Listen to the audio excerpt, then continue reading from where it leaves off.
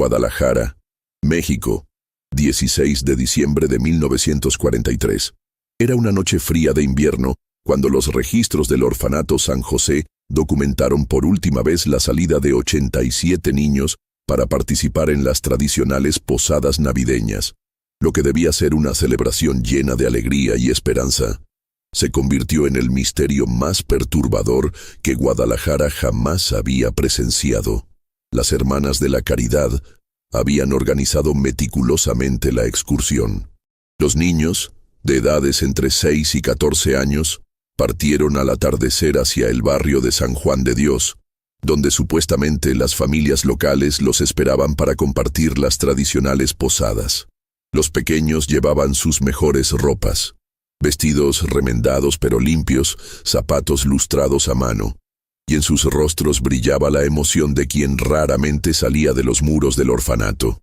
Sin embargo, cuando las campanas de medianoche resonaron por toda la ciudad, ninguno de los 87 pequeños regresó al orfanato. No hubo gritos, no hubo señales de lucha, no hubo rastros. Simplemente se desvanecieron como si la tierra misma se los hubiera tragado. Han pasado décadas desde aquella noche maldita, y lo que realmente sucedió sigue siendo un enigma que desafía toda explicación racional. Los archivos policiales permanecen abiertos, pero las respuestas nunca llegaron. Esta es su historia. Sor María Esperanza había dedicado los últimos 20 años de su vida al orfanato San José, convirtiéndose en la figura maternal que 87 almas desamparadas necesitaban desesperadamente. A los 52 años, su rostro surcado por líneas de preocupación y ternura reflejaba cada historia de abandono, cada pesadilla infantil consolada, cada pequeña victoria celebrada entre aquellas paredes de adobe. El orfanato ocupaba una casona colonial del siglo XVIII que había pertenecido a una familia adinerada antes de ser donada a la iglesia en 1890. Sus techos altos de vigas de madera oscura y sus muros gruesos de cantera mantenían el interior fresco durante los veranos abrasadores de Jalisco. El patio central, con su fuente de piedra tallada y su jardín de naranjos, se había convertido en el corazón donde resonaban las risas y los juegos de los niños. La vida en el orfanato giraba alrededor de rutinas que proporcionaban estructura y seguridad a niños que habían conocido demasiado caos en sus cortas vidas. Miguelito Hernández, con sus 8 años y su sonrisa desdentada, había llegado 3 años atrás, después de que una epidemia de cólera se llevara a toda su familia en el barrio de San Juan de Dios. Su energía inagotable y su capacidad para encontrar aventuras en los rincones más ordinarios lo había convertido en el líder natural de los pequeños. Esperanza Morales, de 12 años, poseía una madurez que contrastaba con su edad. Sus trenzas negras enmarcaban un rostro sereno que irradiaba una paz poco común en alguien que había perdido a sus padres en un incendio cuando tenía apenas 6 años. Se había convertido en la hermana mayor no oficial, consolando a los recién llegados con cuentos que inventaba sobre ángeles que cuidaban especialmente a los niños sin padres. Los gemelos Raúl y Rodrigo, de 9 años, eran famosos por su habilidad para comunicarse sin palabras y por aparecer siempre juntos en cada travesura. Raúl, el mayor por 10 minutos, era el estratega, mientras Rodrigo ejecutaba los planes con una lealtad ciega hacia su hermano. Habían sido abandonados en la puerta del orfanato cuando eran bebés, pero su unión inquebrantable había sido su fortaleza. Isabel, de 13 años, había desarrollado un talento especial para calmar a los niños más traumatizados. Su voz suave podía transformar las pesadillas en sueños pacíficos, y sus manos delicadas parecían tener el poder de aliviar cualquier dolor físico o emocional. Las hermanas sospechaban que tenía un don especial, algo que trascendía las habilidades humanas normales. Las mañanas en el orfanato comenzaban antes del amanecer con el sonido de las campanas de la capilla. Los niños se despertaban en sus dormitorios comunitarios, las niñas en el ala este, los niños en el ala oeste, y se preparaban en silencio, respetando el período de reflexión matutina que Sor María consideraba esencial para el desarrollo espiritual. El desayuno consistía en chocolate caliente hecho con cacao donado por las plantaciones locales, tortillas recién hechas y frijoles refritos que las hermanas preparaban en grandes ollas de barro. Los niños comían en el refectorio principal, donde las conversaciones se mantenían en voz baja y siempre comenzaban y terminaban con oraciones de agradecimiento. Las clases matutinas incluían lectura, escritura básica, aritmética y, por supuesto, catecismo. Sor Carmen, de 35 años, había llegado al orfanato 5 años atrás con una pasión especial por la educación. Había logrado que incluso los niños más renuentes desarrollaran amor por los libros, transformando el pequeño salón de clases en un mundo de posibilidades infinitas. Las tardes estaban dedicadas a trabajos prácticos que preparaban a los niños para la vida fuera del orfanato. Los mayores aprendían oficios básicos, carpintería, costura, cocina y jardinería. Los más pequeños ayudaban en tareas sencillas mientras jugaban, creando un ambiente donde el trabajo se confundía naturalmente con la diversión. Sin embargo, durante el mes de noviembre de 1943, algo había comenzado a cambiar sutilmente en la dinámica del orfanato. Los niños empezaron a mostrar comportamientos que preocuparon profundamente a las hermanas.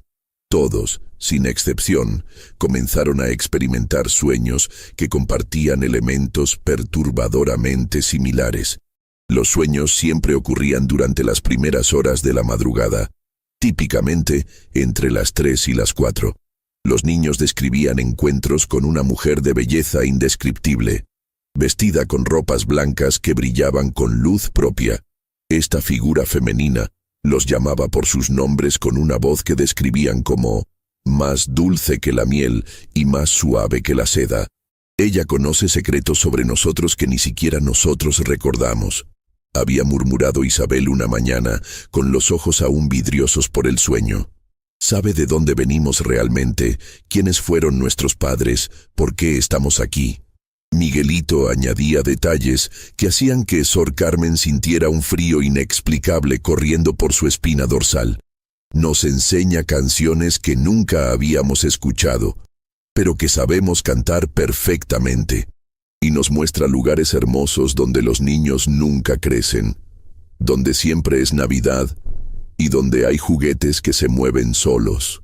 Los gemelos reportaban sueños donde la mujer de blanco los llevaba de la mano a través de campos dorados que se extendían más allá del horizonte, donde el aire sabía a dulces de piloncillo y donde las flores cantaban melodías que hacían que el corazón se llenara de una felicidad imposible de describir.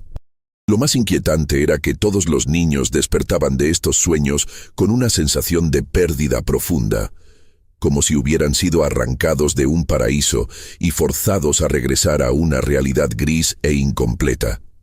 Durante el día se mostraban distraídos, sus miradas se perdían frecuentemente hacia el norte, hacia los extensos campos de agave azul que rodeaban las afueras de Guadalajara. Sor María había intentado interpretar estos sueños como manifestaciones naturales de la anticipación navideña, combinada con el deseo comprensible de los huérfanos de encontrar una figura maternal perfecta. Pero la consistencia de los detalles y la forma en que los sueños parecían estar sincronizados entre todos los niños le causaba una inquietud que crecía día a día. Sor Carmen había comenzado discretamente a documentar estos sueños en un cuaderno privado, registrando no solo las descripciones que daban los niños, sino también los cambios sutiles en su comportamiento durante las horas de vigilia. Había notado que los niños habían comenzado a cantar melodías que ninguna de las hermanas reconocía, pero que sonaban extrañamente familiares, como ecos de algo ancestral que residía en lo más profundo de la memoria colectiva. El 15 de diciembre, La noche anterior a la desaparición, había ocurrido algo que debería haber servido como advertencia definitiva. Todos los niños habían despertado simultáneamente a las 3:33 de la madrugada, no gritando o llorando como sería normal después de una pesadilla, sino cantando en perfecta armonía una canción que nunca habían aprendido. Las hermanas, despertadas por este coro sobrenatural, corrieron a los dormitorios para encontrar a los 87 niños de pie junto a sus camas, con los ojos cerrados pero completamente despiertos, cantando en un idioma que no era español, ni náhuatl, ni ninguna lengua que pudieran identificar. Sus voces se mezclaban en armonías complejas que parecían vibrar en frecuencias que tocaban algo primitivo y aterrador en el alma de quien las escuchaba. Cuando las hermanas encendieron las lámparas, los niños despertaron gradualmente de su trance, sin recordar haber cantado y preguntando por qué las hermanas se veían tan asustadas. Pero en sus ojos persistía un brillo que no había estado allí antes, como si hubieran visto algo que había cambiado fundamentalmente su percepción de la realidad.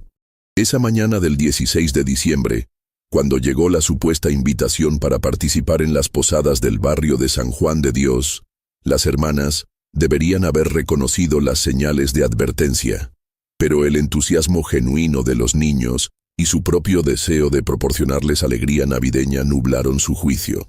Ninguna de ellas imaginaba que al permitir que los niños salieran esa noche, estaban entregándolos a un destino que desafiaría todo lo que creían saber sobre la realidad, la fe y los límites entre el mundo visible y los misterios que se ocultan más allá de la comprensión humana.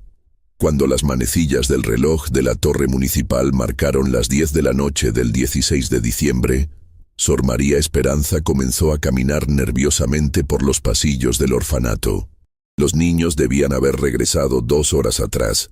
Las posadas tradicionalmente terminaban a las 8 de la noche, tiempo suficiente para que los pequeños disfrutaran de los dulces, el ponche caliente y las piñatas, y aún regresaran antes de la hora de dormir que se había establecido para las 9 en punto. Sor Carmen había salido a buscarlos 1 hora antes, dirigiéndose al barrio de San Juan de Dios, donde se suponía que se celebraban las posadas. Pero había regresado con el rostro pálido como la cera y las manos temblorosas, trayendo consigo noticias que helaron la sangre de todas las hermanas. Sus palabras resonaron en el silencio del convento como una sentencia de muerte. No hay posadas. Había murmurado con voz quebrada, apenas audible en el silencio sepulcral que se había apoderado del orfanato. Las familias del barrio de San Juan de Dios dicen que nunca organizaron ninguna celebración navideña. Insisten en que nadie del orfanato los contactó para participar en sus festividades. Ni siquiera saben de qué les estoy hablando.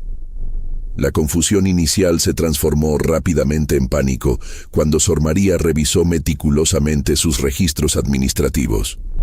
Allí estaba, escrita con su propia letra cuidadosa, la anotación sobre la invitación recibida 3 semanas atrás.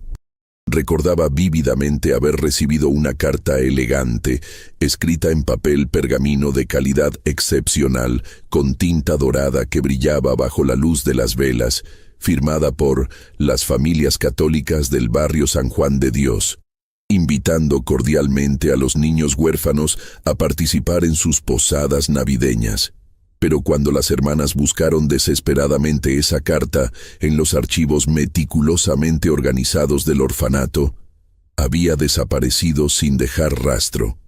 En su lugar, en la carpeta donde debería haber estado guardada, encontraron solamente una hoja de papel completamente en blanco, pero marcada con manchas circulares de lo que parecía ser cera de vela derretida, que aún despedía un aroma extraño, dulzón pero perturbador, que ninguna de ellas pudo identificar.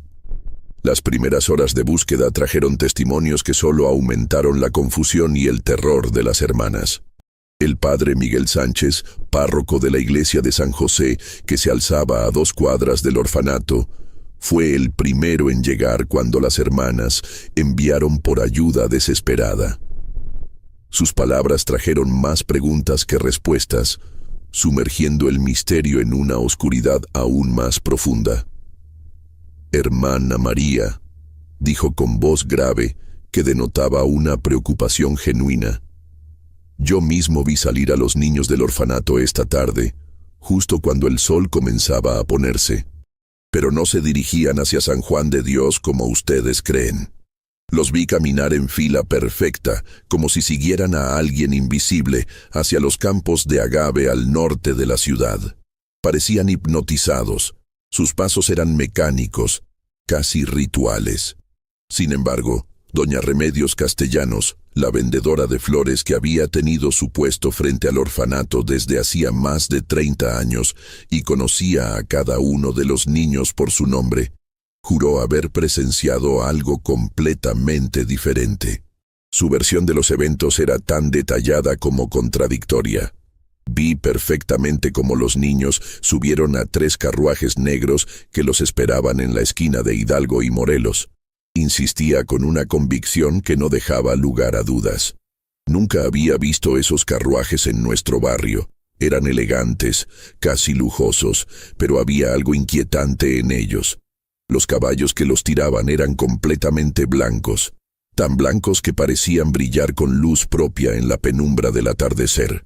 Y lo más extraño de todo es que no hacían ruido al caminar sobre las piedras del empedrado. Pero don Evaristo Morales, el sereno que cuidaba las calles del barrio durante las noches desde hacía 15 años, contó una versión que contradecía a las anteriores de manera tan radical que las hermanas comenzaron a cuestionar si estaban perdiendo la cordura. Su testimonio era el más perturbador de todos. Los vi caminar solos, sin ningún tipo de supervisión adulta. Recordaba con una expresión de confusión que reflejaba su propia lucha interna por comprender lo que había presenciado. Cantaban villancicos en voz baja mientras se alejaban del centro de la ciudad, pero sus voces sonaban extrañas, como si estuvieran cantando en un idioma que nunca había escuchado.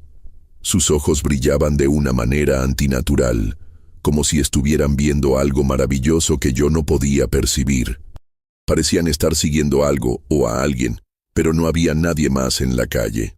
Cada testigo tenía una historia completamente diferente, como si la realidad misma se hubiera fragmentado esa noche, creando versiones paralelas de los mismos eventos que no podían coexistir lógicamente. Esta imposibilidad lógica fue lo que realmente aterrorizó a las hermanas, porque sugería que se enfrentaban a algo que operaba fuera de las leyes naturales que gobernaban el mundo que conocían. Durante los primeros días de búsqueda desesperada, las hermanas comenzaron a notar fenómenos inexplicables que se manifestaban dentro del propio orfanato. Los objetos personales de los niños desaparecidos empezaron a aparecer en lugares que desafiaban toda explicación racional. El caballo de madera tallada que Miguelito había recibido como regalo de Navidad el año anterior fue encontrado perfectamente equilibrado en la punta más alta del campanario de la capilla, a una altura que habría requerido una escalera que no existía en el orfanato. El rosario de cuentas azules que Esperanza llevaba siempre consigo, un regalo de su madre antes de morir, apareció enterrado a medio metro de profundidad en el centro exacto de la huerta, en un lugar donde la tierra no mostraba signos de haber sido removida recientemente. Los libros de catecismo que los pequeños habían estado estudiando fueron encontrados flotando en el pozo del patio, completamente secos a pesar de haber estado sumergidos en el agua durante horas. Cada mañana, las hermanas descubrían que las camas de los niños desaparecidos aparecían perfectamente tendidas, con las sábanas estiradas con una precisión militar que ninguna de las religiosas recordaba haber logrado jamás. Dejaban intencionalmente las camas revueltas antes de irse a dormir, como una prueba para determinar si alguien entraba a los dormitorios durante la noche, pero invariablemente, al amanecer, encontraban cada cama arreglada con perfección geométrica. Sobre cada almohada aparecía una pequeña flor de Nochebuena completamente fresca. con gotas de rocío que brillaban como diamantes bajo la luz matutina. Estas flores no crecían en el jardín del orfanato, y no había manera de explicar cómo llegaban allí cada noche. Especialmente considerando que las puertas permanecían cerradas con llave, y las ventanas estaban demasiado altas para ser alcanzadas desde el exterior. Sor Carmen comenzó a documentar estos eventos sobrenaturales en un diario secreto que escondía bajo su colchón. Sus anotaciones revelaban un patrón cada vez más inquietante de manifestaciones que parecían estar intensificándose noche tras noche. 17 de diciembre, escribió con mano temblorosa. He encontrado 87 platos sucios en la cocina esta mañana, como si los niños hubieran desayunado aquí. Los platos estaban manchados con restos de alimentos que no tenemos en nuestra despensa. Frutas exóticas que brillaban con colores que nunca había visto. Panes que olían a especias desconocidas. Cuando los lavé y los guardé en su lugar, volvieron a aparecer sucios exactamente una hora después. 18 de diciembre, continuaba el diario. Escuché risas de niños provenientes del patio durante toda la noche. Cuando salí a investigar, no había nadie, pero en la tierra húmeda encontré huellas de 87 pares de pies pequeños, formando círculos perfectos, como si hubieran estado bailando en rondas tradicionales. Las huellas llevaban tierra de un color rojizo que no existe en nuestro jardín. La tercera noche después de la desaparición marcó el comienzo de las manifestaciones auditivas que pusieron a prueba la cordura de las hermanas.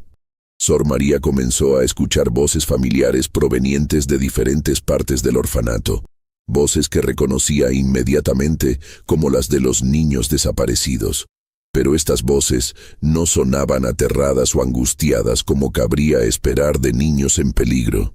Sor María la llamaba la voz dulce y melódica de esperanza, llegando desde el patio central con una claridad que no dejaba lugar a dudas sobre su origen. ¿Por qué no viene a jugar con nosotros? Aquí nunca tenemos frío, nunca tenemos hambre. Hemos encontrado un lugar donde todos los días son Navidad y donde nunca tenemos que preocuparnos por nada. La voz traviesa de Miguelito se sumaba al coro sobrenatural. Hermana, mire qué bonito es este lugar donde estamos. Hay dulces que crecen en los árboles como frutas y leche tibia que brota directamente de las piedras. Y hay juguetes que se mueven solos y nos enseñan juegos que nunca habíamos imaginado. Pero cuando Sor María encendía las lámparas de aceite y salía corriendo al patio para buscar a los niños, solo encontraba silencio absoluto y sombras que parecían moverse con vida propia. Sin embargo, en la tierra húmeda quedaban evidencias físicas imposibles de ignorar.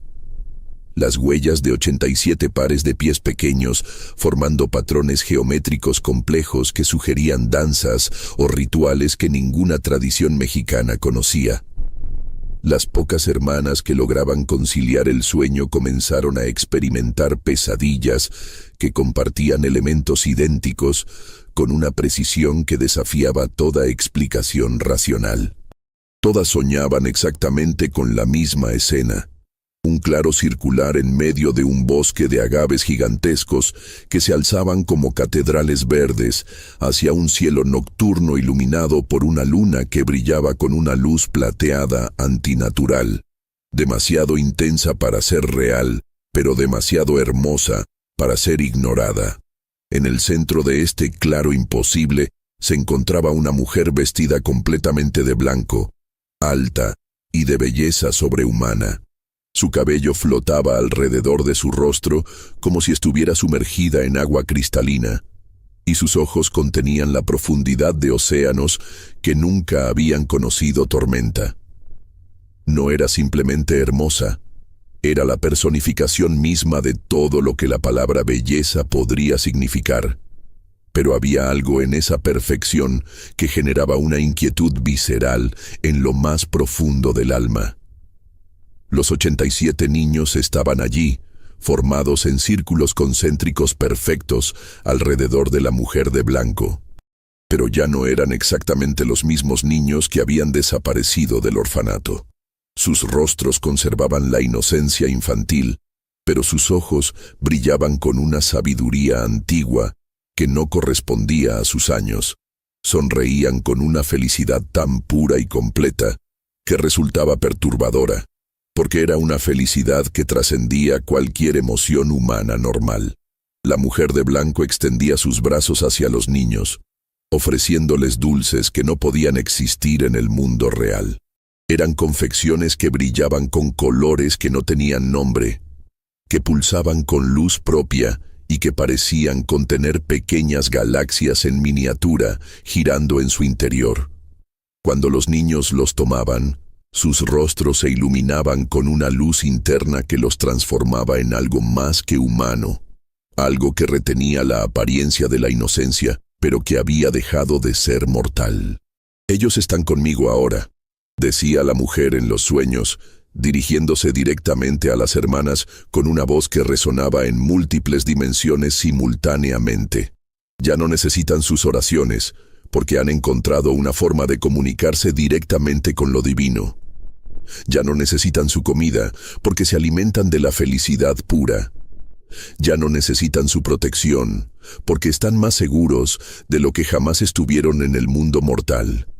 Cada hermana despertaba invariablemente a las 3:33 de la madrugada, con las manos inexplicablemente manchadas de tierra fresca que olía a agave y a algo más dulce y misterioso que no podían identificar. En sus bocas persistía el sabor de la savia de agave mezclada con miel de una dulzura sobrenatural, como si hubieran estado realmente presentes en ese lugar imposible. La investigación oficial dirigida por el capitán Juventino Rodríguez se había convertido en la búsqueda más extensa en la historia de Guadalajara. Cientos de voluntarios de toda la ciudad habían respondido al llamado, peinando cada rincón urbano, cada callejón abandonado, cada casa deshabitada. Los campos de agave que rodeaban la ciudad fueron explorados metro por equipos organizados que trabajaban desde el amanecer hasta el anochecer. Pozos antiguos fueron vaciados completamente, sótanos olvidados fueron registrados con lámparas de aceite, cuevas naturales en los cerros circundantes fueron exploradas por espeleólogos experimentados que llegaron desde la capital, pero cada pista prometedora los llevaba inevitablemente a un callejón sin salida, como si los niños hubieran simplemente dejado de existir en el plano físico de la realidad. Los perros rastreadores, famosos por su habilidad para seguir rastros de varios días de antigüedad, mostraban un comportamiento que desconcertó completamente a sus entrenadores. Todos los animales perdían completamente el olfato en exactamente el mismo punto geográfico, a 3 kilómetros al norte del orfanato, donde los campos de agave cultivado se extendían hasta fundirse con el horizonte en ondas verde-azuladas. En ese punto específico, los perros comenzaban a aullar con una desesperación que helaba la sangre de los búsquedas, un sonido que no parecía provenir de cuerdas vocales caninas, sino de algo más primitivo y aterrorizado. Los animales se negaban rotundamente a continuar más allá de esa línea invisible, temblando de terror y mirando fijamente hacia el norte, como si pudieran ver algo que los humanos no percibían. Los gitanos que tradicionalmente acampaban en las afueras de Guadalajara durante los meses de invierno hablaban en susurros temerosos de la Dama Blanca de los Agaves, una leyenda que sus abuelos habían traído desde las montañas de España generaciones atrás. Según sus tradiciones orales, transmitidas de boca en boca durante siglos, esta entidad aparecía cada 100 años durante las fechas navideñas para llevarse a los niños más puros de corazón. La leyenda decía que estos niños elegidos eran transportados a un reino que existía entre las dimensiones, donde nunca crecerían más allá de la inocencia perfecta. Nunca conocerían el sufrimiento del mundo adulto. Nunca experimentarían la pérdida o la desilusión. Pero el precio de esta preservación eterna era que nunca podrían regresar al mundo mortal, convirtiéndose en guardianes de secretos cósmicos que la mente humana adulta no podría comprender sin destruirse. Desesperada por encontrar respuestas en el ámbito espiritual donde la lógica había fallado, Sor María contactó al padre exorcista más respetado de la región, el anciano padre Sebastián Aguirre, quien había dedicado 40 años de su vida a combatir fuerzas sobrenaturales que amenazaban a los fieles católicos. El viejo sacerdote llegó al orfanato cargando una maleta de cuero gastado llena de reliquias sagradas acumuladas durante décadas de batalla espiritual. Llevaba consigo agua bendita traída directamente del río Jordán, fragmentos de huesos de santos certificados por el Vaticano, páginas de evangelios escritos a mano en latín por monjes medievales y crucifijos tallados en madera del árbol donde, según la tradición, había sido crucificado Cristo. Su presencia misma irradiaba una autoridad espiritual que había sido forjada en incontables confrontaciones con las fuerzas de la oscuridad. Después de realizar una investigación exhaustiva de cada rincón del orfanato, bendiciendo cada habitación con rituales que habían permanecido inalterados durante siglos, el padre Aguirre llegó a una conclusión que aterrorizó aún más a las hermanas que los fenómenos sobrenaturales que habían estado experimentando.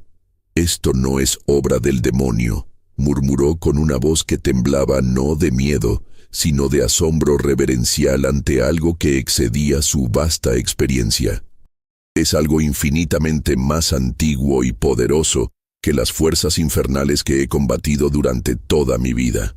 Es una entidad que existía en estas tierras mucho antes de que llegara el cristianismo, mucho antes de que llegaran los españoles, incluso mucho antes de que las civilizaciones indígenas establecieran sus primeros asentamientos. Sus rituales de bendición y exorcismo lograban calmar temporalmente las manifestaciones sobrenaturales. Durante unas pocas horas después de sus ceremonias, el orfanato recuperaba una apariencia de normalidad. Los objetos permanecían en sus lugares, las voces de los niños enmudecían, los fenómenos visuales se desvanecían como niebla matutina. Pero invariablemente, con la llegada de cada nueva noche, los eventos paranormales regresaban con una intensidad renovada y más poderosa. Era como si la entidad responsable de estos fenómenos estuviera aprendiendo de cada intento de detenerla, adaptándose a las medidas espirituales que se tomaban en su contra y desarrollando formas más sofisticadas de manifestarse. Las voces de los niños se volvían más claras y persuasivas, las apariciones más tangibles y difíciles de ignorar, los movimientos de objetos más frecuentes y desafiantes de las leyes físicas. Las hermanas comenzaron a darse cuenta de que no estaban enfrentando a una fuerza maléfica en el sentido tradicional del término, sino a algo que operaba según una moralidad completamente diferente, una ética que trascendía los conceptos humanos de bien y mal. Esta entidad no parecía tener intenciones destructivas, al contrario, aparentaba estar ofreciendo a los niños algo que consideraba un regalo supremo: la liberación de las limitaciones y sufrimientos inherentes a la existencia humana. Pero esta aparente benevolencia era precisamente lo que la hacía más aterradora que cualquier demonio tradicional. Un demonio podía ser combatido con fe, oración y rituales sagrados. Pero ¿cómo luchar contra algo que ofrecía felicidad genuina, que prometía resolver todos los problemas de la existencia mortal, que aparentaba actuar desde un lugar de amor infinito hacia los niños? La línea entre salvación y condenación se había vuelto tan difusa que las hermanas ya no podían estar seguras de si deberían intentar rescatar a los niños o celebrar su aparente liberación de las miserias del mundo terrenal. Era esta incertidumbre moral la que realmente las atormentaba, más que cualquier manifestación sobrenatural que pudieran presenciar. Cada noche, las voces de los niños se volvían más insistentes en sus invitaciones. más elocuentes en sus descripciones del paraíso donde habitaban, más convincentes en sus argumentos de que las hermanas deberían reunirse con ellos en lugar de intentar traerlos de vuelta a un mundo de limitaciones y dolor.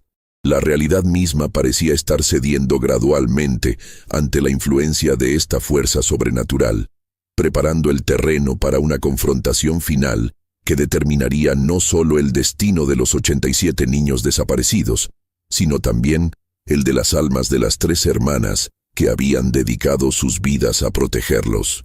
La convergencia final llegó durante la noche del 16 de enero de 1944, exactamente un mes después de la desaparición. Las 3 hermanas despertaron simultáneamente a las 3:33 de la madrugada, no por algún sonido o perturbación externa, sino porque sintieron una presencia masiva que se aproximaba al orfanato desde dimensiones que sus mentes apenas podían comprender. Era como si una fuerza gravitacional sobrenatural estuviera atrayendo hacia el lugar energías cósmicas que nunca debieron haber tocado el plano físico de la realidad. El aire dentro del orfanato se transformó en algo denso y casi sólido, requiriendo un esfuerzo consciente para cada respiración.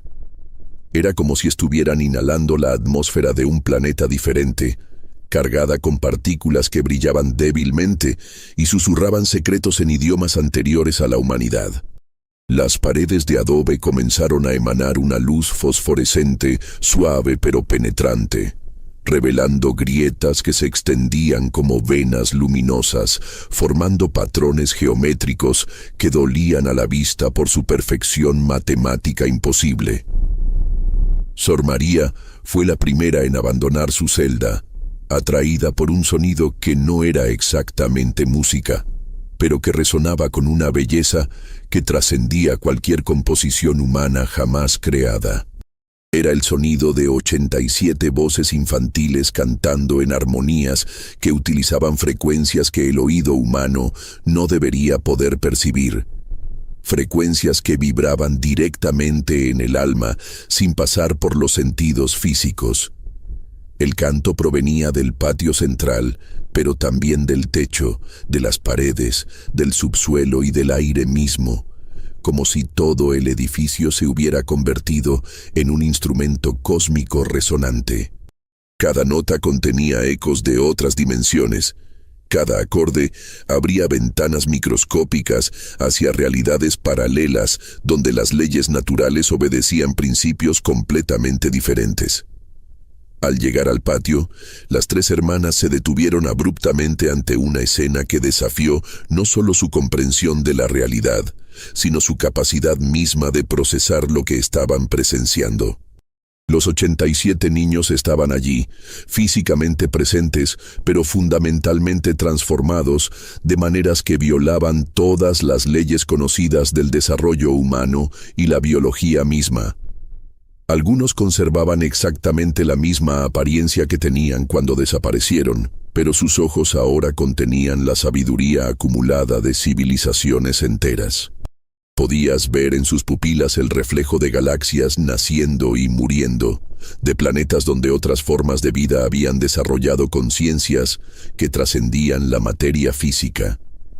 Otros habían crecido hasta convertirse en adolescentes de belleza sobrenatural, con proporciones que parecían haber sido diseñadas por un artista divino, que comprendía la perfección de formas que la naturaleza terrestre nunca podría producir.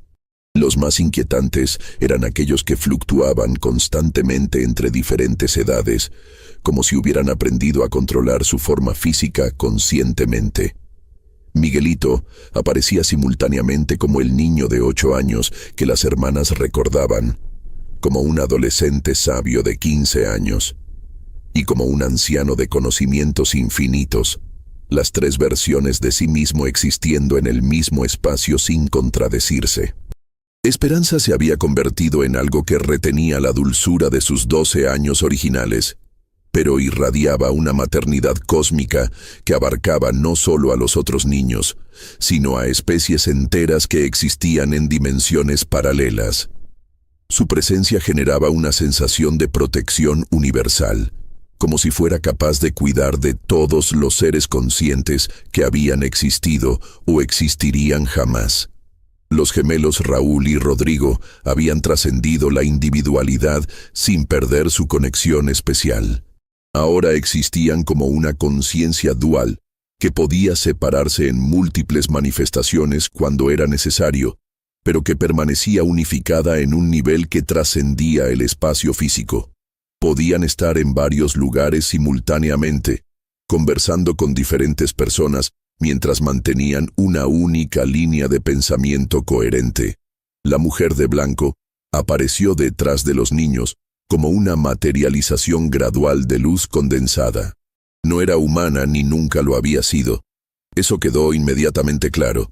Era algo anterior a la humanidad, una entidad que había existido cuando el universo era joven y las leyes naturales eran más flexibles, cuando la materia y el espíritu no estaban tan rígidamente separados como lo están en la era moderna. Su belleza era absoluta pero terrible, porque era la belleza de fenómenos cósmicos que la mente humana no está diseñada para contemplar directamente. Era hermosa como lo es una supernova vista desde una distancia segura, como lo es la formación de un agujero negro, como lo es el nacimiento de una nueva dimensión. Su presencia irradiaba amor, pero era un amor tan vasto y comprensivo que amenazaba con disolver completamente la individualidad de quien lo experimentara.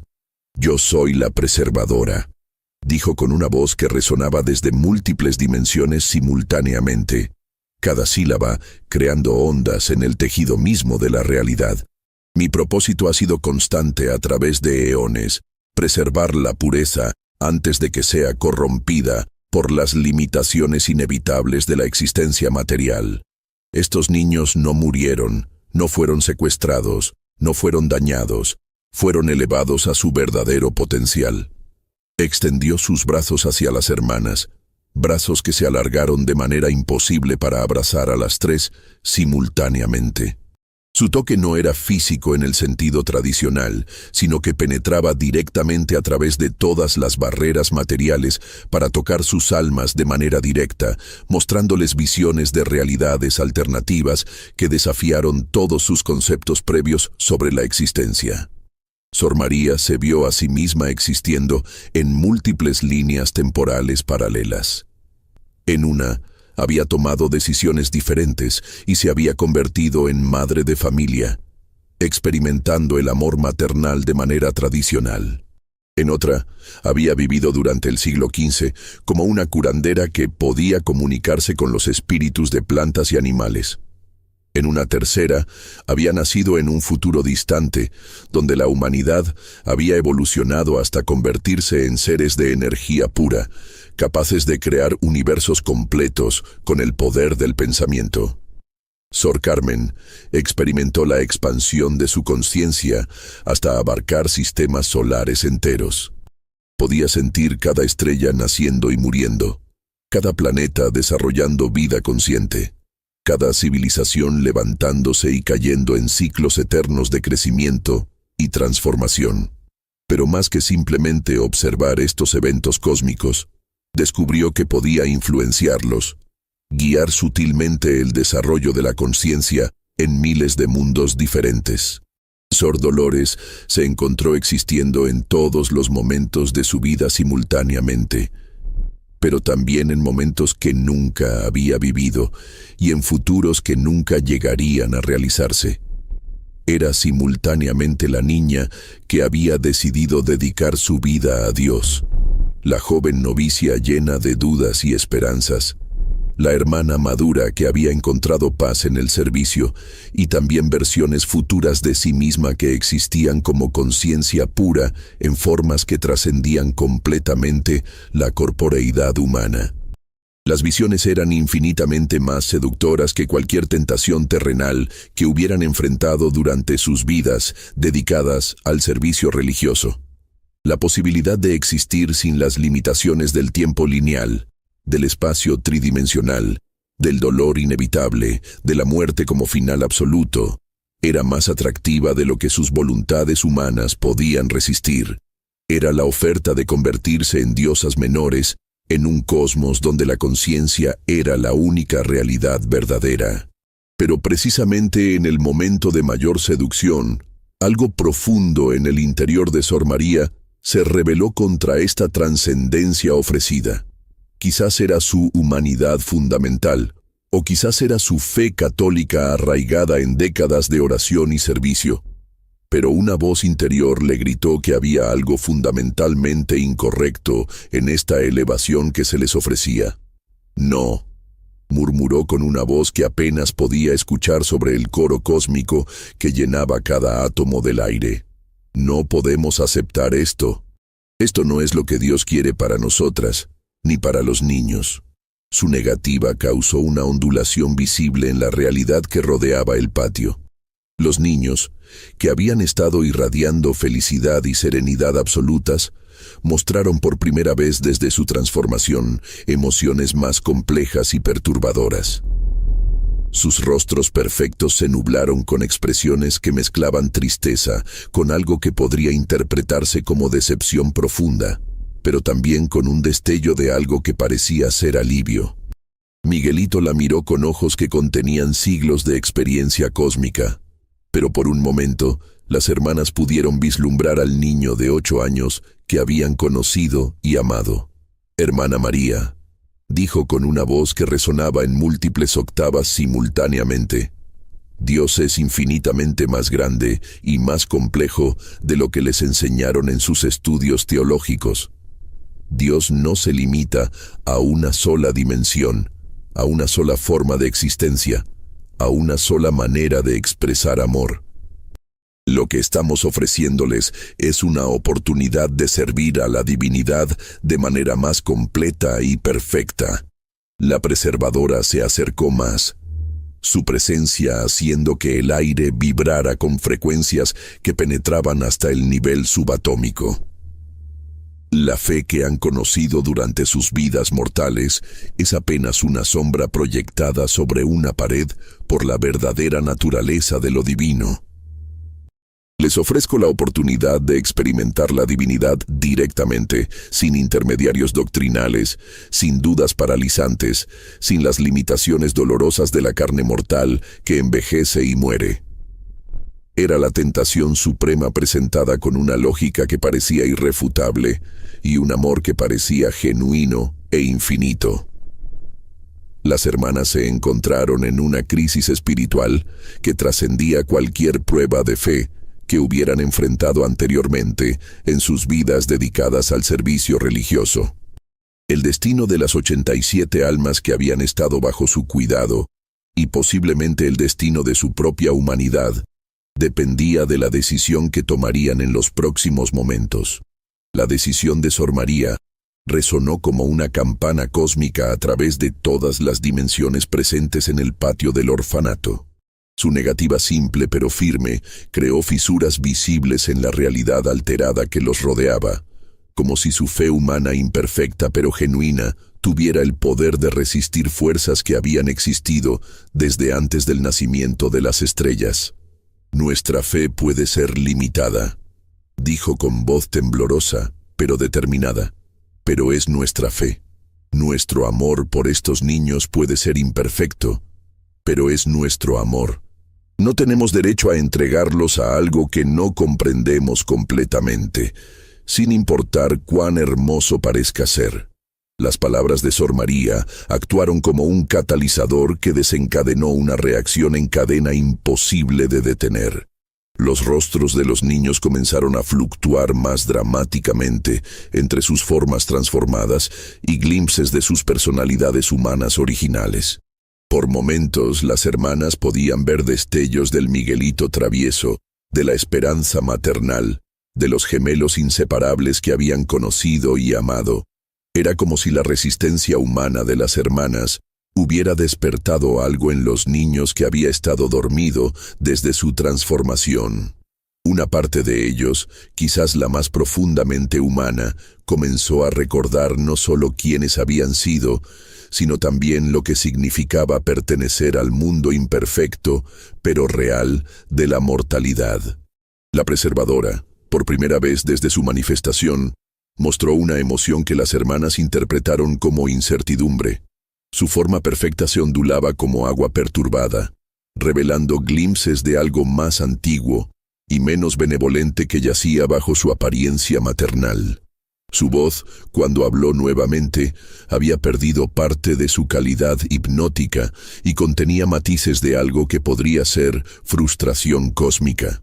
«La resistencia es temporal», dijo, pero las hermanas detectaron en su tono una nota de duda que no había estado presente antes. Los seres limitados siempre temen la expansión hacia su verdadero potencial. Pero una vez que den el paso final hacia la trascendencia, esa resistencia desaparecerá para siempre.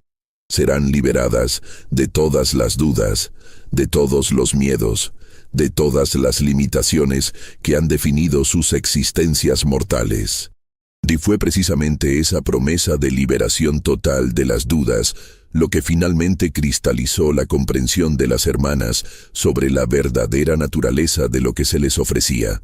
Se dieron cuenta de que las dudas, los miedos, incluso el sufrimiento inevitable de la existencia humana no eran defectos que debían ser eliminados, sino componentes esenciales de lo que significaba ser humano.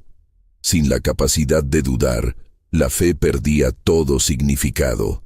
Sin la posibilidad de sufrir, la compasión se volvía vacía. Sin la realidad de la muerte, la vida perdía su preciosidad. Sin las limitaciones de la mortalidad, las decisiones éticas perdían su peso y su importancia. «Las dudas no son nuestras enemigas», declaró Sor María con una convicción creciente que parecía irradiar fuerza física. «Son las que nos permiten elegir genuinamente tener fe». Sin la posibilidad de dudar, sin la lucha constante entre la creencia y la incertidumbre, la fe se convierte en mera programación cósmica. Esta revelación provocó una reacción dramática en todo el entorno sobrenatural.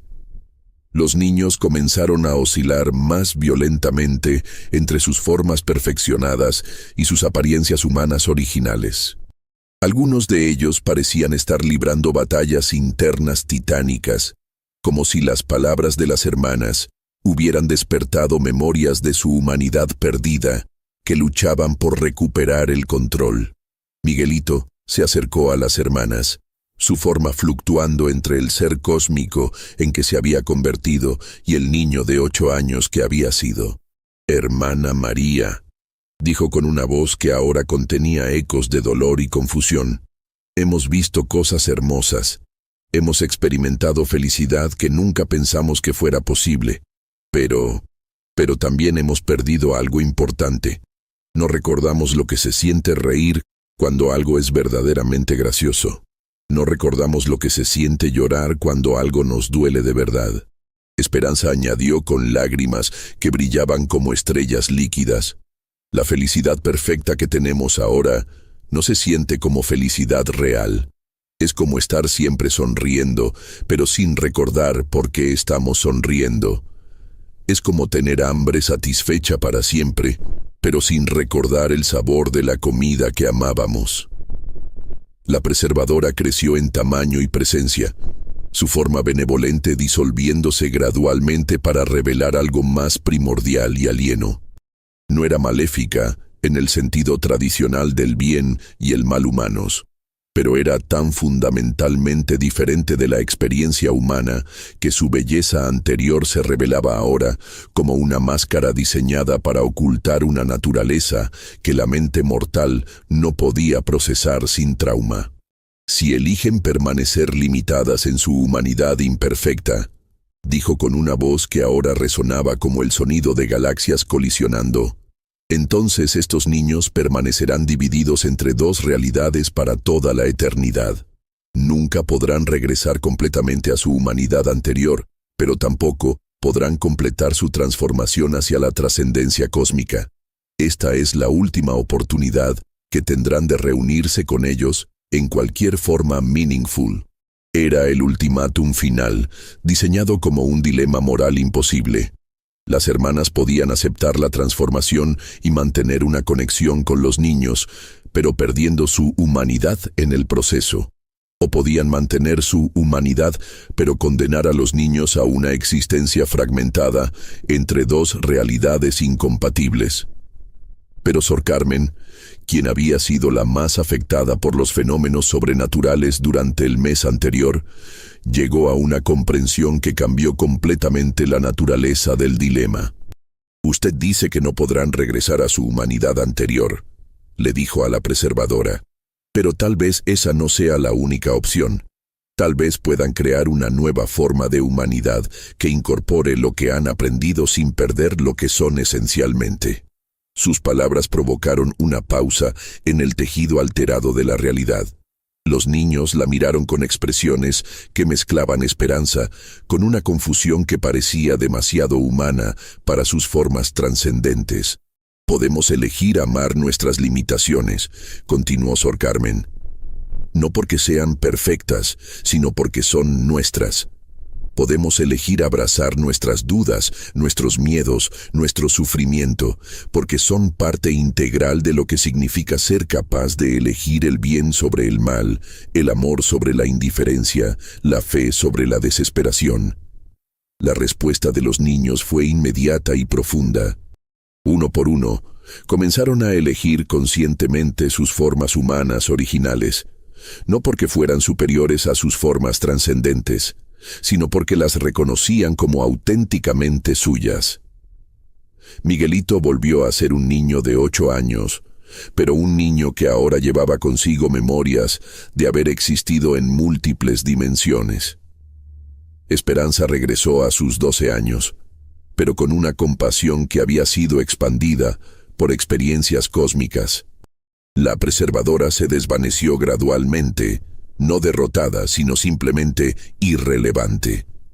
Su oferta de perfección cósmica había sido rechazada en favor de algo que consideraba infinitamente inferior: la elección consciente de la imperfección humana, con todas sus limitaciones y posibilidades. Cuando el amanecer llegó al orfanato San José, las hermanas se encontraron en el patio con 87 niños que habían regresado cambiados pero esencialmente humanos. No recordaban claramente todo lo que habían experimentado durante su mes de ausencia, pero llevaban consigo una sabiduría sutil y una comprensión profunda de que habían elegido ser quienes eran. Los registros oficiales nunca explicaron satisfactoriamente la desaparición y el regreso de los niños. Las autoridades aceptaron oficialmente la versión de que habían sido encontrados en una cueva cercana, donde habían permanecido perdidos durante semanas, alimentándose de frutas silvestres y agua de manantial. Pero las hermanas sabían la verdad, que habían sido testigos de una prueba cósmica sobre la naturaleza de la humanidad misma. Los niños habían sido ofrecidos la oportunidad de trascender todas las limitaciones mortales, y habían elegido regresar a la imperfección humana, porque reconocieron que esas limitaciones eran precisamente lo que daba significado a sus elecciones, peso a sus acciones y valor a su amor. Sin embargo, el orfanato nunca volvió a ser exactamente el mismo. Los niños crecieron con una comprensión intuitiva de que la realidad era mucho más flexible y misteriosa de lo que la mayoría de las personas imagina. Algunos se convirtieron en artistas que creaban obras que parecían contener glimpses de otras dimensiones. Otros se convirtieron en sanadores cuyas habilidades trascendían la medicina convencional. Todos mantenían una conexión especial con algo que existía más allá del mundo visible. Y en las noches de diciembre, cuando la luna brillaba con particular intensidad sobre los campos de agave que rodeaban Guadalajara, las hermanas a veces escuchaban ecos de cantos cósmicos que recordaban que la elección entre lo humano y lo trascendente no había sido una victoria definitiva, sino simplemente una decisión que tendría que ser renovada cada día, en cada momento, en cada acto de fe consciente en el valor de la imperfección humana frente a las seducciones de la perfección absoluta. La historia de los 87 niños que desaparecieron durante la posada se convirtió en una leyenda local que se susurraba en las noches de Navidad. Un recordatorio de que los misterios más profundos de la existencia a menudo se presentan no como respuestas definitivas, sino como preguntas eternas sobre lo que realmente significa ser humano en un cosmos infinitamente más vasto y extraño de lo que jamás podremos comprender completamente.